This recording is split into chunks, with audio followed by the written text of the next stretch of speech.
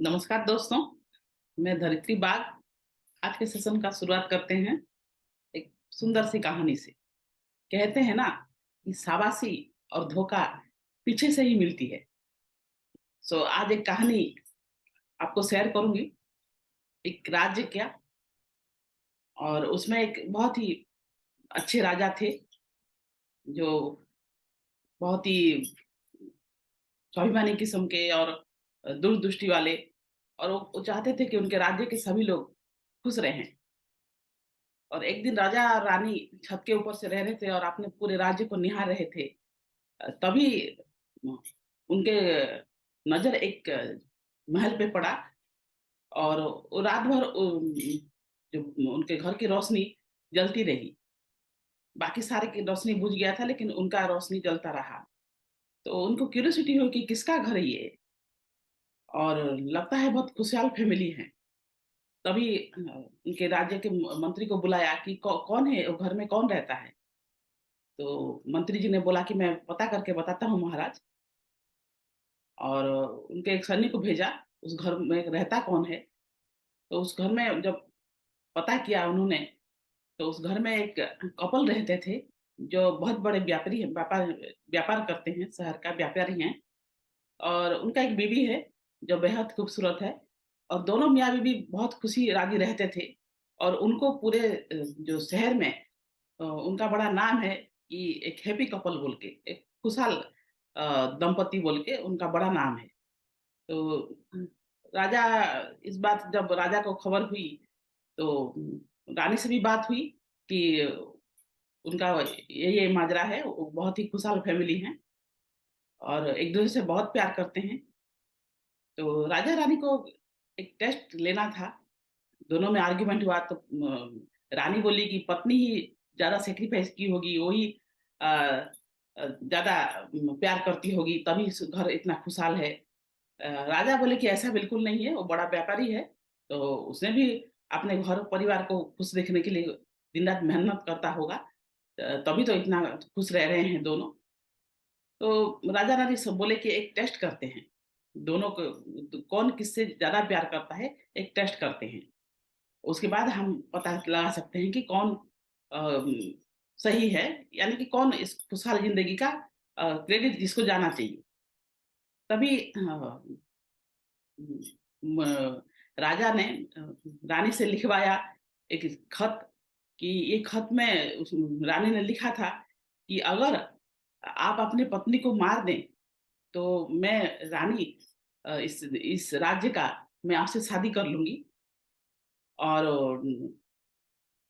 आप ऐसा ना कर पाए, तो कृपया मुझे वापस लिख के भेजिएगा कि आपके आपके संपन्नता से आपके प्रभाव से मैं बहुत प्रभावित हुई हूँ।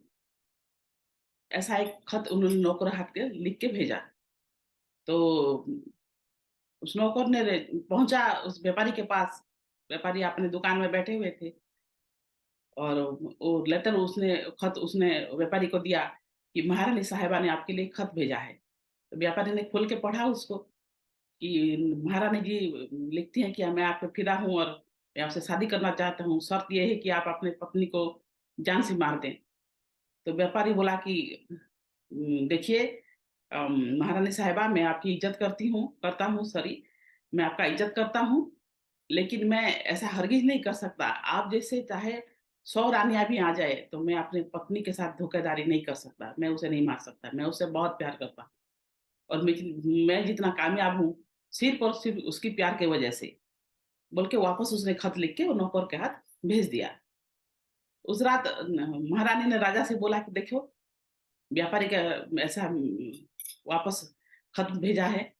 तो राजा, ठीक है, तो व्यापारी का प्यार का तो टेस्ट हो गया, अब उसकी बीवी की बारी है। तो अगले दिन एक नौकर को फिर भेजा कि अब राजा जी की तरफ से वो खत था। उसमें लिखा था कि मैं आपकी सुंदरता से प्रसन्न हूँ, और आप जिस घर में जाएँगी, उस घर में धन-दौलत का भरमार रहेगा, संपन्न होगा उस घर, मुझे पता चला है। और शर्त ये है कि आप अपने पति को अगर मार दें, तो मैं आपसे शादी कर लूँगा, और इस शहर का मतलब इस राज्य का आपको महारानी बना दूँगा। तो उस खत लेके जब वो नौकर उस व्यापारी के बीवी के यहाँ पहुँचा, तो बीबी ने वापस से खत में लिखा कि ठीक है हुजूर, मुझे ये शर्त मंज़ूर है। आज रात 3 से 4 बजे के अंदर मेरे पति अ, अपना कारोबार बंद करके रात को 1-2 बजे घर लौटते हैं और 3 के 4 बजे वो खाना-वाना खाने के बाद अगर हमारे घर के ऊपर जो छत पे जो मसाल जल रहा है, अगर वो मसाल बुझ जाए, तो समझ लेना कि मैं अपने पति का हत्या कर लिया। तो राजा-रानी क्यूरियोसिटी से उस खत मतलब उस रात का इंतज़ार करते हैं कि सच में ऐसा कर पाएगी कि नहीं ये औरत और दोनों छत पे जाके वेट करते हैं और सैनिक को बोलते हैं, तैयार रहना, जैसे ही वो मसाला बुझ जाए, तो अंदर जाके उस व्यापारी को बचा लेना, अगर इस औरत ने कुछ गड़बड़ किया तो। तो सैनिक भी तैयार रहते हैं और फाइनली वो रात के 3 4 बजे के अंदर राजा-रानी भी ऊपर छत पे बैठ के देख रहे हैं कि सच में ऐसा होगा या नहीं। बैठ के जब देख रहे होते हैं तो सचमुच रात के 3 से 4 बजे के अंदर, साढ़े 3 के आस-पास वो ऊपर छत का जो मसाल था वो बुझ जाता है।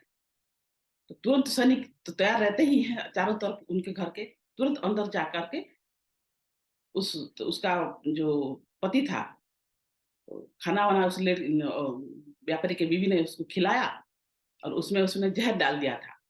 तो जैसे ही वो तो खा के आधे घंटे में मर ही जाएगा, बोल के छत छत के ऊपर जाके जैसे ही मसाल को बुझा दिया, तभी सैनिक ने पहुँच गए और उस इंसान को रेस्क्यू कर लिया गया। उसको तुरंत ही उन्होंने अ, वैद्य जी के पास ले गए। वैद्य भी रेडी था, सब कुछ रेडी था, गाड़ी में उसको बिठा के उसको उसका जान बचा लिया गया और साथ ही साथ उस जो व्यापारी के बीवी को अरेस्ट कर लिया गया और उसको ले आए। इससे इस इसके बाद का कहानी है कि राजा को जितने भी नारी जाति से इतनी नफ़रत होने लगी कि वो अपने बीवी का शक्ल भी देखना पसंद नहीं किए कि इतना धोखेबाज होते हैं ये औरत लोग। तो अगले सुबह रात भर सो नहीं पाए इस सीन के बाद।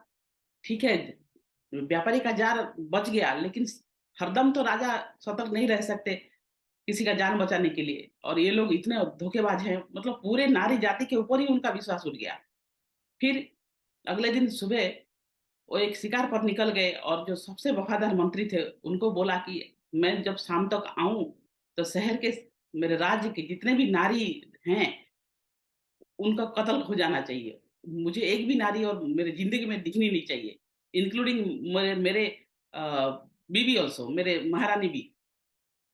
ऐसे आदेश दिया और वो निकल गए। इतने गुस्से में थे और इतना नफ़रत हो चुकी थी पूरे दुनिया से। मंत्री क्या करते, क्या अनाप-शनाप सा ऑर्डर दे दिया राजा जी ने, अब मैं क्या करूँ? अगर वापस आएँगे, देखेंगे तो सबसे पहले तो मुझे ही मार देंगे। क्या करूँ, क्या करूँ, क्या करूँ? साहब 1-2 को अगर गलती होता तो भी ठीक है। पूरे पूरे नारी जाति को खत्म करना ये तो ब्रह्मांड में प्रलय लाना जैसी बात है। मंत्री पूरा ही कसमा-कस में अपना घर गए और उनके पिताजी को बताया। उनके पिताजी पहले मंत्री थे। अ, ये राजा जी के पिताजी के वो भी मंत्री थे। तो बूढ़े हो चुके थे, उनका बेटा अब उस पद को सँभाल रहे हैं। पिताजी से बोला कि देखिए पिताजी आज ऐसा-ऐसा सीन हुआ और उस वज़ह से राजा जी को इतना नफ़रत हो गया कि पूरे राज्य में ही उन्होंने डिक्लेयर कर दिया है कि सारे नारी जाति को ही खत्म कर दो। ये लोग वफ़ा के लायक नहीं हैं। तो ऐसे में तो ये बड़ा मुश्किल मेरे सर पे ही ये सारी चीज़ आ गया, मैं क्या करूँ? अगर वापस आएँगे तो पहले तो मेरे ही कत्ल कर देंगे राजा जी। तो मंत्री जी ने बोला कि ठीक है, तुम छुप जाओ, बाकी राजा जब आएँगे तो उनका गुस्से का सामना कोई नहीं कर पाएगा। तुम पहले छुप जाओ और राजा जी तुमको ढूँढता हुआ तो यहाँ आ ही जाएँगे, तो मैं उसका जवाब दूँगा। ऐसे में मंत्री जी जो थे वो वाक़ई में छुप गए और राजा शाम को आते हैं, देखते हैं कि सारे औरतें खुशी से घूम रही हैं। तो उनको और गुस्सा तेज़ चढ़ा, उस मंत्री को जो ऑर्डर दिया था, तो उसको ढूँढने निकले दरबार की ओर। मंत्री को ढूँढा, मंत्री मिले नहीं। फिर गुस्से से वो अपने जो मंत्री के घर था, वहाँ पहुँच गए घोड़े से। पहुँच गए और अंदर जैसे गए, "कहाँ है आपका बेटा?" तो जो बूढ़ा मंत्री थे, उन्होंने बोला कि महाराज पहले शांत हो जाइए, बैठिए क्या बात हुई? लीजिए पानी-वानी पीजिए, बोल के उनको पानी-वानी शरबत-वरबत दिया। पहले आप शांति से बैठ तो जाइए, बात क्या है? तो राजा जी बोले कि ऐसा-ऐसा हुआ, हम एक टेस्ट किए, लेकिन उस व्यापारी को तो हम बचा लिए, लेकिन मुझे सख्त नफ़रत हो गया है इस नारी जाति पर। इसलिए मैंने आपका बेटे को आदेश दिया था कि मैं जब आऊँ वापस शाम तक तो कोई भी नारी मुझे दिखनी नहीं चाहिए, लेकिन उसने मेरा ऑर्डर को माना नहीं। तो राजा जी बोले कि हुजूर, मैं आपका पिताजी के टाइम से ही मंत्री रह रह रह चुका हूँ और आपका गुस्सा भी जायज़ है, मैं मना नहीं करूँगा। लेकिन मेरा एक स्टोरी आप सुन लीजिए 5 मिनट धीरज से, उसके बाद आपका फैसला सर आँख ऊपर। उसके बाद उस मंत्री के पिताजी जो बूढ़े पिताजी थे, उन्होंने बोला कि एक बार मैं और आपके पिताजी जा रहे थे शिकार पे और उसमें से आपके पिताजी थोड़ी दूर आगे निकल गए और मैं पीछे रह गया और इतने में मुझे एक क्या बोलते हैं जो अ, लड़की ने मतलब एक योद्धा ने, उसको तो लड़की पता नहीं था, एक योद्धा ने मुझे पीछे से बंदी बना लिया। मुझे घेर के चारों तरफ से तीर मार के मुझे घेर घेर लिया और मुझे बंदी बना के ले आया और घसीटता हुआ मुझे जब ले आया, एक जगह पे 2 कब्रें खोदी गई थी। 2 कब्रें मैं तो सोचा कि एक एक कब्र तो शायद मेरे लिए है, पता नहीं दूसरा कब्र किसके लिए खोद रखा है इसने, इस योद्धा ने। फिर मैंने पूछा कि मेरा गलती क्या है? किस लिए तुमने मुझे यहाँ मारने के लिए लाया है? तो उस योद्धा ने अपना सर से नकाब हटाया तो देखा एक औरत थी, एक बेहद खूबसूरत औरत थी। उसकी शक्ल से लगता था कि कोई राजकुमारी थी और उसने अपना स्टोरी बोला कि देखिए, मैं एक पड़ोस की गाँव की एक राजकुमारी हूँ और एक राजा पहले से ही मेरे ऊपर नज़र था और उसने काफ़ी बार मुझे शादी का रिक्वेस्ट भेजा था, लेकिन मैं एक राजकुमार से प्यार करती थी, उससे मेरी शादी हुई और उसको नफ़रत इतना बढ़ा कि मेरे पति को ही उसने मार दिया और एक पास में एक जंगल से वो अपने पति का जो लाश रखी थी, उसको घसीट के ले आई और एक कब्र में मेरे पति यहाँ दफ़न होंगे और दूसरे कब्र मैं खुद को मार दूँगी और तुम मुझे यहाँ दफ़ना के चले जाना। वो जीते जी तो मुझे कभी हासिल नहीं कर पाया, शायद वो सोचता है कि मेरे पति को मार के मुझे हासिल कर लेगा, मैं ऐसा कभी नहीं होने दूँगी। मैं साथ में मर जाऊँगी, लेकिन ऐसा मैं कभी नहीं होने दूँगी।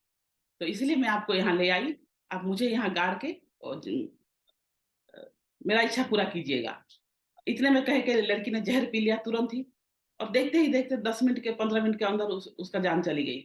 वो मतलब मंत्री इतना चाह के भी उसे रोक नहीं पाए। इतना हड़बड़ी में ये सारी चीज़ हो रहा था तो वो खुद से भी हैरान थे, कि कैसे कोई खुद को मार सकता है। तो ऐसे में वो लड़की छटपटा के मर गई और शर्त के मुताबिक ये राजा मंत्री जो थे, वो दोनों को मैंने दफ़ना दिया। दफ़ना के मैं वापस अपने राज्य की ओर निकल पड़ा और राजा को ये सारी बातें मैंने बताई।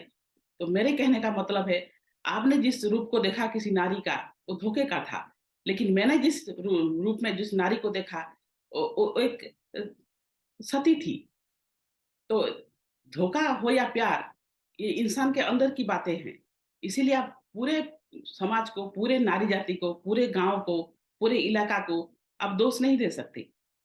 दोस्तों इस कहानी से यही पता चलता है कि हम इंसान हैं, कई बार हमें धोखा भी मिलता है, लेकिन हम उनके सभी को इसके ज़िम्मेदार नहीं समझ सकते।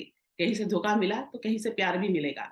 लेकिन हम अपना अच्छाई और सच्चाई बटोरते चलें, देते चलें, तो अच्छे लोग भी दुनिया में हैं, बुरे लोग भी दुनिया में हैं। हमको उसी अच्छे इंसानों की तलाश है। Thank you so much.